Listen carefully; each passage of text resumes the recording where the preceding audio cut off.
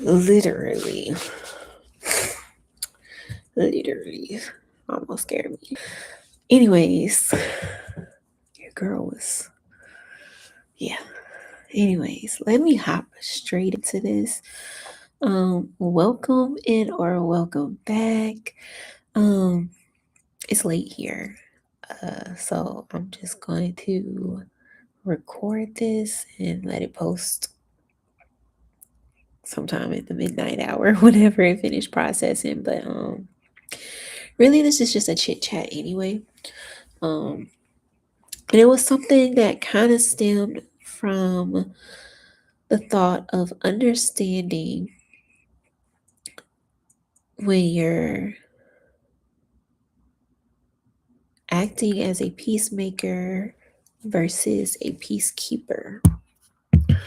And that's two very different things.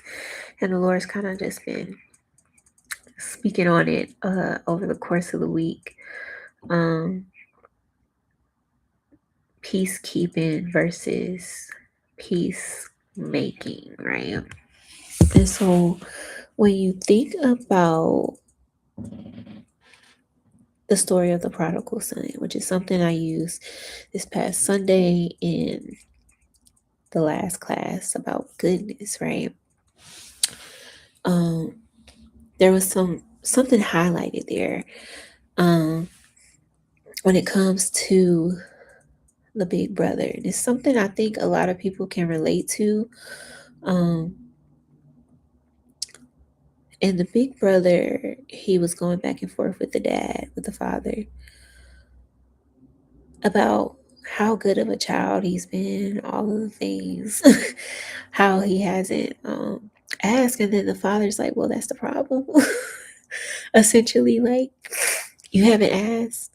There was nothing keeping you from asking. There was nothing that said you had to endure this particular struggle or harbor this particular bitterness or even envy um, for your younger brother when the same thing that I've made available to him is openly available to you, and you stayed in the house, right?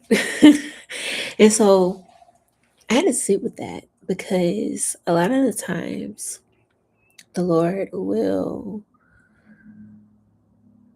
or you open yourself to the Lord and being a child of God, right?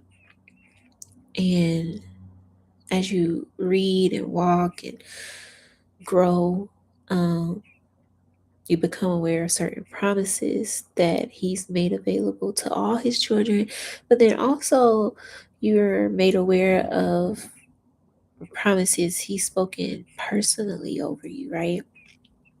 And we can feel like it's tarrying or it's taking too long or lose faith in or develop this unbelief that the thing that He's spoken is even for you or all of these different things, right? And in some instances, not all, but in some instances, um, some of the regret people can have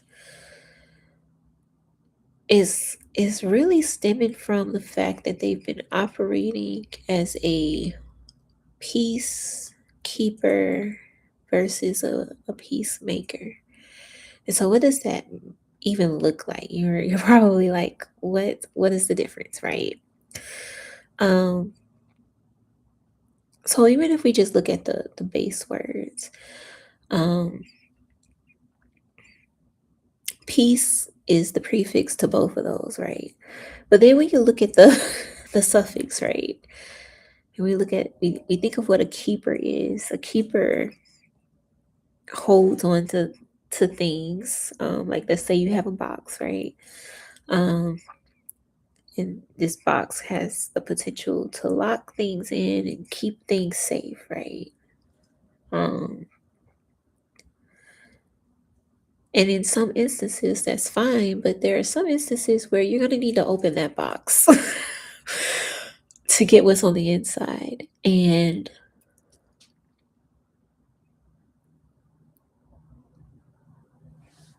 if you've lost the key, or you've lost sight of the key, or you've lost the combination or access, or you've lost the box entirely, right?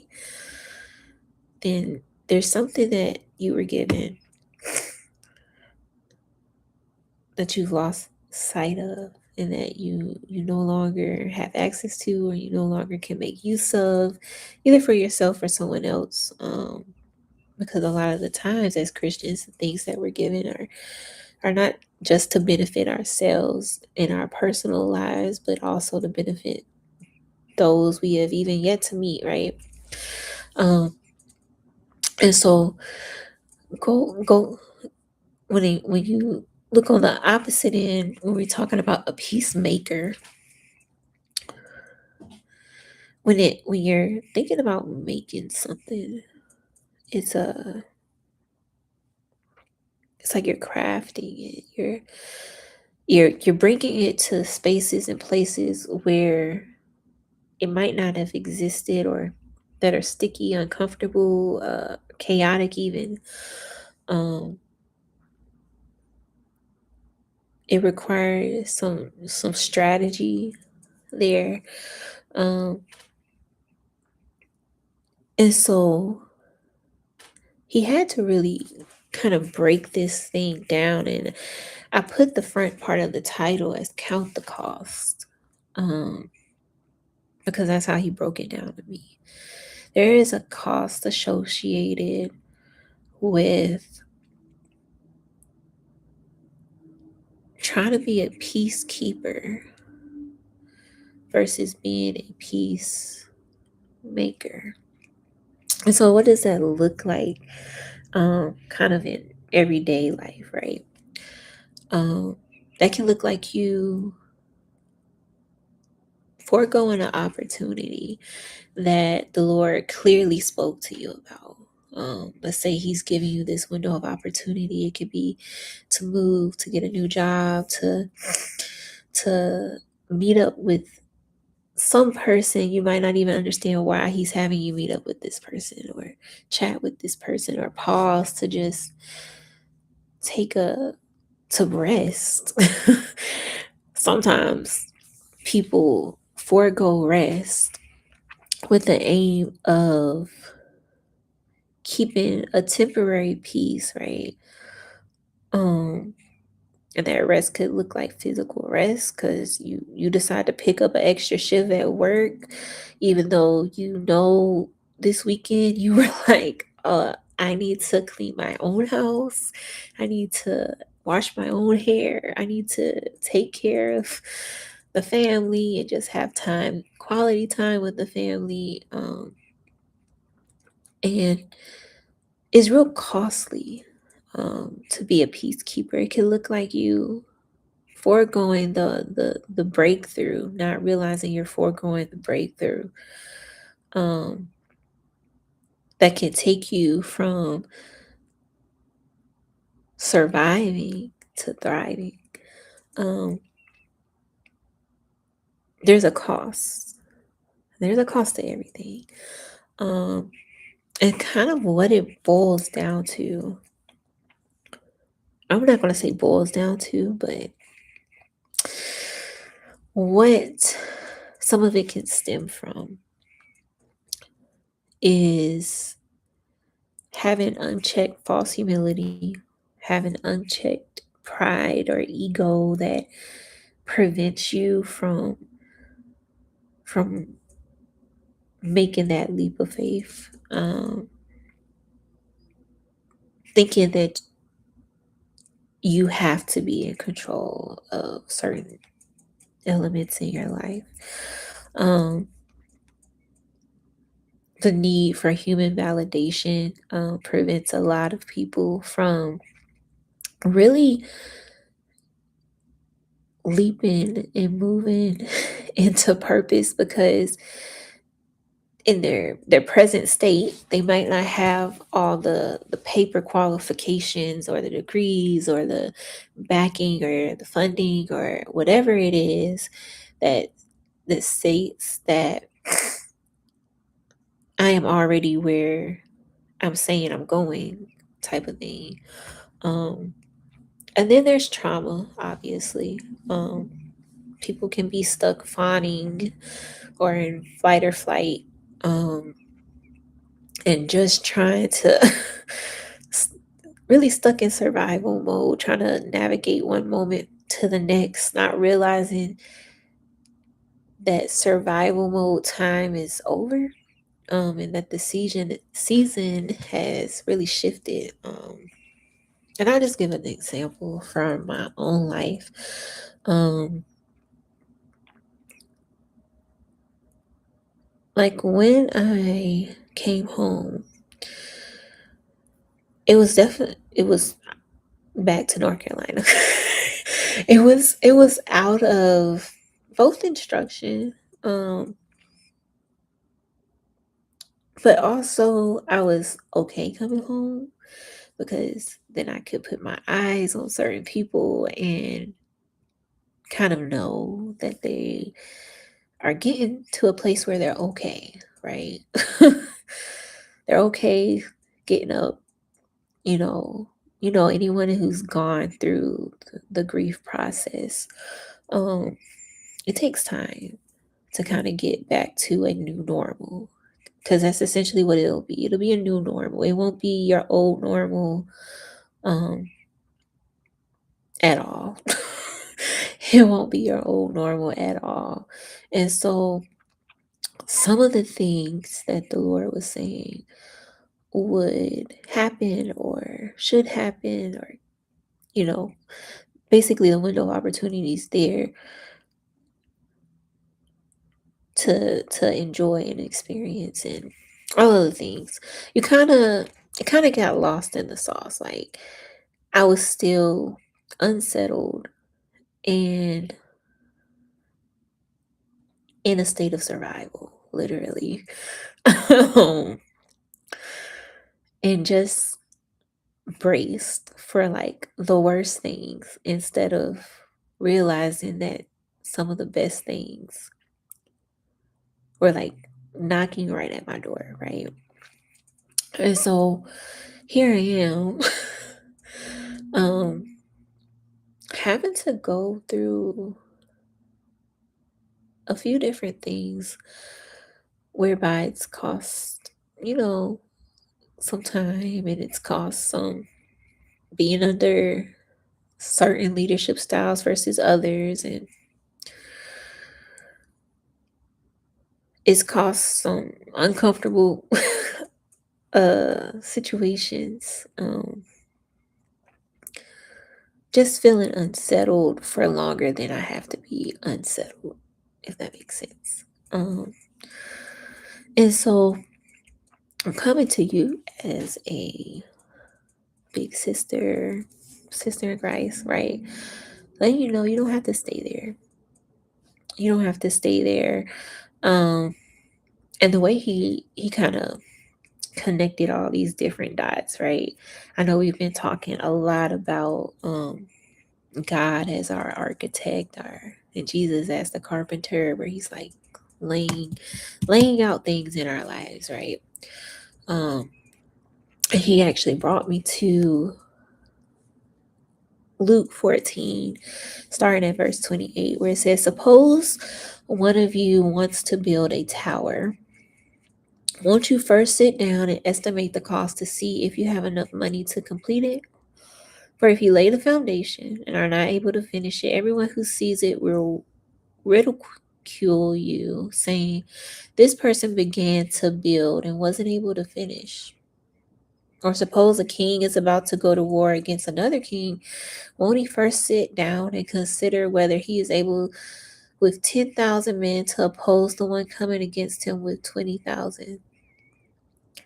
If he is not able, he will send a delegation while the other is still a long way off and will ask for terms of peace." And so what do you have me thinking about that? I really got stuck on the part where it's like, won't you first sit down and estimate the cost to see if you have enough money to complete it? And so I really had to think about it. There's been a lot of things that have felt unfinished, right? Unfinished in life, in just different ways. And some things are by design, absolutely, but some things are by mistake. uh, because I am a human, I am a whole human. But some things are by mistake, and so really it became a question of what does it cost me? What does it cost other people by not operating fully in the abundance we're called to, in the promises we're called to, in the purpose we're called to? What does it cost? Because it's cost some things, right? Um, yeah, it's cost some things. And quite literally it's cost some money, it's cost some time, it's cost um potentially, you don't know what your purpose and who your purpose is attached to. um and so if it's something that he's told you to do, right, like why not just take the leap of faith? And that's one thing that's been replaying constantly, um especially this past week, with certain things. It's like, well, why not me? Right? If you call yourself a child of God and you've been praying to just be a child again, childlike, right? Children, they come and ask their parent for any and everything. Um, they're not asking you how you're gonna get it done. They're just asking you. And they want a yes or a no. That's it, that's all. And that's how our Father, our source, our God quite literally wants us to approach Him. He's like, yeah, hey, you didn't ask, you didn't seek, you didn't knock. So sit down and consider if you will have enough money to complete it, or in this case, if you're gonna be able to do this in your own strength, is essentially what it boils down to, being a peacekeeper. Because a lot of time, this is where that false humility and pride and human validation and stuff kind of comes into play. You go around operating and trying to keep the environment as comfortable as you can right then in the moment. You don't want to be confrontational. You don't want to seem like you're gloating or boastful or all these things, when it was the Lord Himself that gave you the favor in places that you hadn't walked into yet, right? Um, it's not that you're getting these blessings or you try to downplay the blessings that you have received, because your family or your friends or whomever is closest to you watching these things happen are mad, for lack of a better term. They're being haters, right?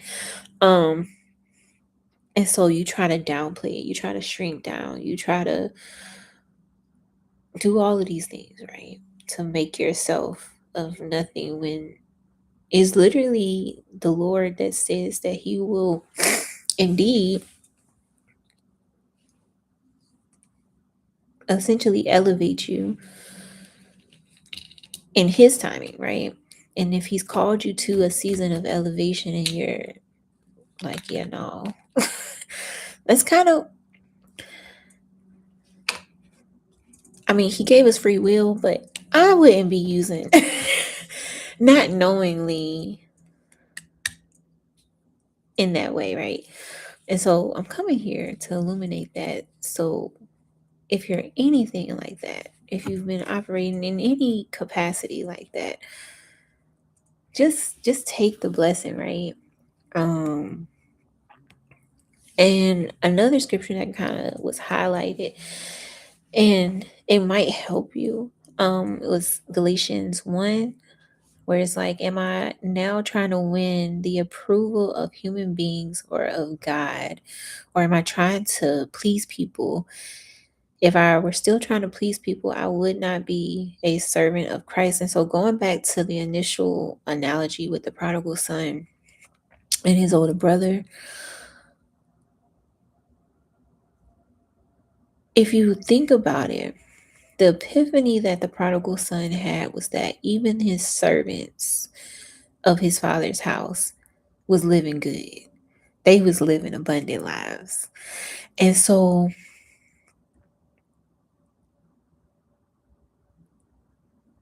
in the eyes of the world, the prodigal son was like, when he first left the house, obviously, he was like the popular kid in class, right? But the moment he loses everything and he finds himself like having to roll around with the swine, like, you don't have to roll around with the swine. And he's like, I can literally go back to my father's house. And you know what? It takes some great faith to go back, right? It really does.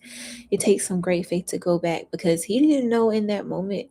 Uh, I'm guessing he might have had a knowing, but how do you know for certain how someone's going to respond coming back to the house, right? But he had great faith in coming back to the house. And so this is an opportunity to come back to the house, to live good as servant and child and children of God. And there's blessings attached to that. And we've heard it in the Beatitudes in Matthew 5. It's like, blessed are the peacemakers, for they will be called children of God. And that's what God is. God makes peace. So like when you think about the instance where the disciples and them were like on the boat and it's this crazy storm going on and they're freaking out and their unbelief is showing, which is crazy because they're in the boat with Jesus himself. And Jesus has to get up from his nap and he's like, okay, Win, you can calm down now. um but there was favor sitting in the boat with them, like literally, and they didn't even realize it because the situation was uncomfortable. The situation looked chaotic. The situation looked like imminent death, right? Um, but the Lord is saying that ain't the case. This ain't that. You don't have to worry about survival. You don't have to worry about the storms that are surrounding you when you're in the boat with the peacemaker, the God of peace. When you're in the boat with favor. Okay? Um and there's this godly favor, this divine favor that is opening up right now for a lot of people. And so I'm hoping that those who do have ears to hear and who are listening with their spiritual ears, that they will hear it and run with it. Run with it. Don't make don't make the same mistakes. Don't cost yourself more time. Don't delay breaking through, right? Um and that leads me to the last point that he highlighted, which was, well, how else does peacemaking look essentially? It looks like wisdom. And so if we look at James 3 verses 17 and 18, it says, but wisdom that comes from heaven is first of all pure,